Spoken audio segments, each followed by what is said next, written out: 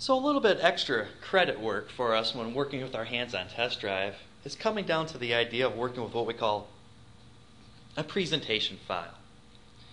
Here's a file that's going to allow us to automatically create exploded views. My years as a designer, especially working in the 2D world, did I rarely take the time or put in the effort to create exploded views. Autodesk Inventor is going to allow us to create these exploded views extremely easy. And there's much more to it.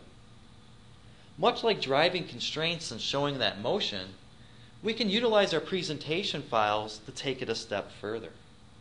We can use presentation files not only for our exploded views for our drawings to cleanly call out our assemblies, but also we can use these for creating assembly instructions, order of operations, and animate this information all at the same time.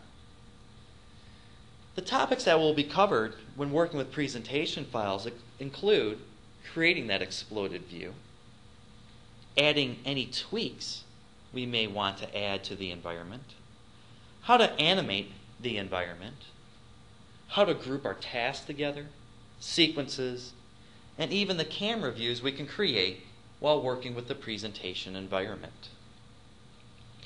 One thing is, I guarantee you'll be sold as a business to utilize presentation files. Again, another great tool that easily illustrates the idea and concepts of our designs, shows some motion, and is great for creating order of operations or the ability to create instruction manuals. I hope you enjoy the presentation file environment. Once again, for the last time, let me hand it over to my coworker. Now I'm ready to create a presentation file or exploded view of my assembly. I'm going to go ahead and have my link adjust assembly open, and then I'm going to start a new file by utilizing my templates and selecting the standard millimeter IPN or presentation file. Once that's established, I'm going to save, and I'll give it the name of link adjust presentation, and now I'm ready to associate the assembly for which I am exploding.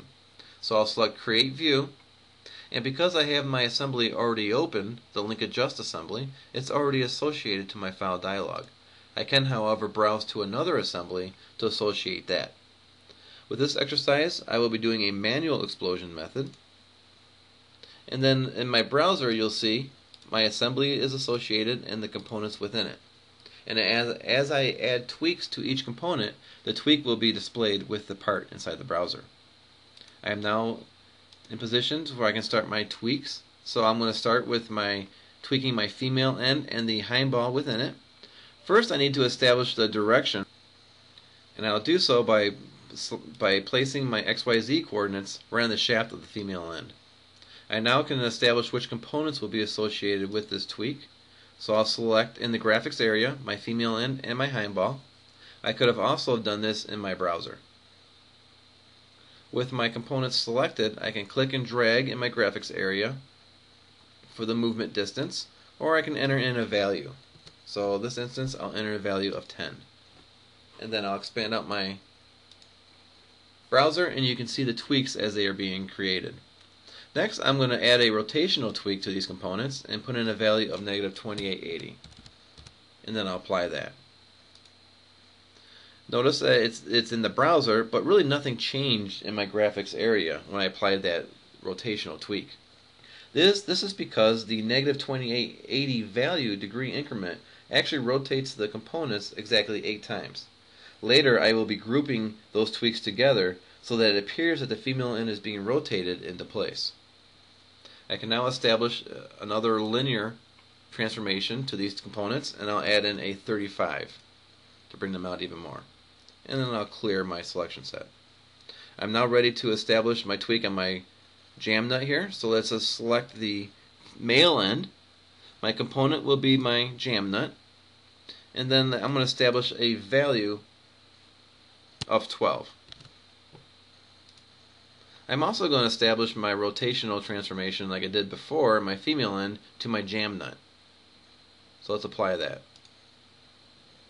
And then I'm going to apply an additional a tweak, and let's put in 17. So the jam nut now appears to be in the center of my two ends.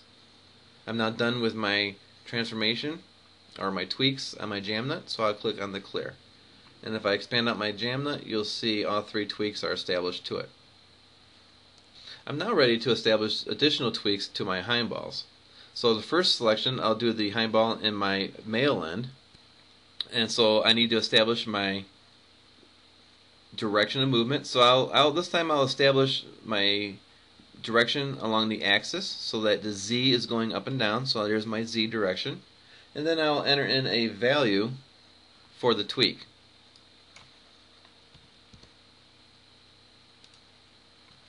And then the tweak has been established. Let's apply that, and then go ahead and clear because we're done with the tweak on that component. Let's do the same for the hind ball and the female end.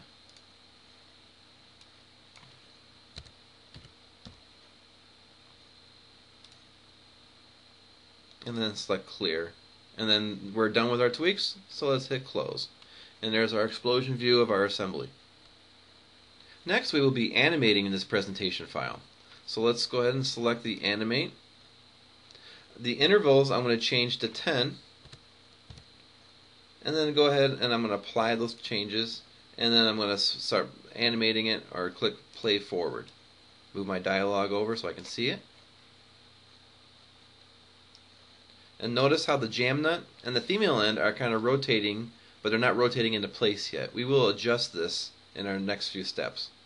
So let's click on reset to go back to our presentation, and click on the more to get the listing of all of our tweaks. To start cleaning up our animation, I'm going to go ahead and select the sequence numbers 4 and 5 and group them together. I'm also going to do the same for 6 and 7s and group them together too. And let's reanimate, let's apply, and reanimate our explosion view and see the differences in the changes. As you can see, the jam nut is now going in nicely, as well as the female end. Let's play that again.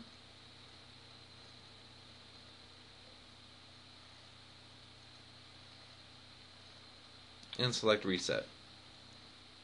I'm going to go ahead and close the animation since we're done with that. Now we're going to apply changes or modifications to the actual tweak values. So under the female end, let's expand the hind ball end. I'm going to go ahead and select the tweak under the hind ball right here. I'm going to select the tweak with the 25 millimeters on it. Once I select it, a dialog box appears below where I can modify the dimension on that, or the value. Let's enter in 40 and then see the difference that it makes right here.